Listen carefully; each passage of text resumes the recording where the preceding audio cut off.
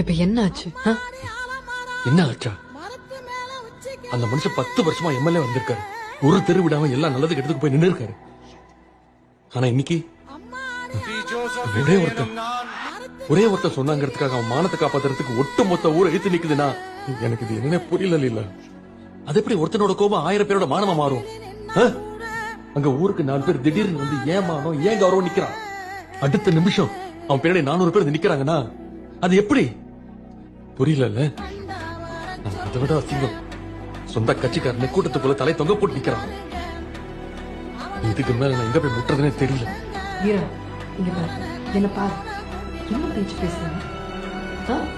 அவங்க இப்படி பண்ணாங்க இவங்க இப்படி பண்ணாங்கன்னு சொல்றேன். உன் சொந்தக்காரங்க என்ன பண்ணாங்க?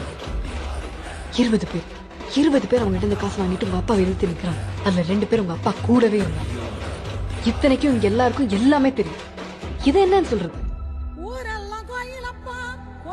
இங்க மதம் அடிக்குதா ஜாதி அடிக்குதா பணம் அடிக்குதான்னு நாம யோசிச்சோம்னா நம்மளுக்கு பைத்தியமே பிடிச்சிடும். ஏன்னா இங்க 3 பேர் சேர்ந்து ஒன்னா அடிக்குது. அது முள்ள புரிஞ்சுக்கும். எல்லாம் ஒன்னா சேர்ந்து அடிக்குது இல்ல, அதை எதிர்த்து உங்களால என்ன பண்ண முடியுது? கலர் கலரா காரணம் சொல்ல முடியுதுங்க.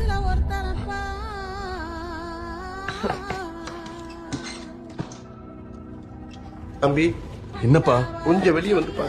வாயே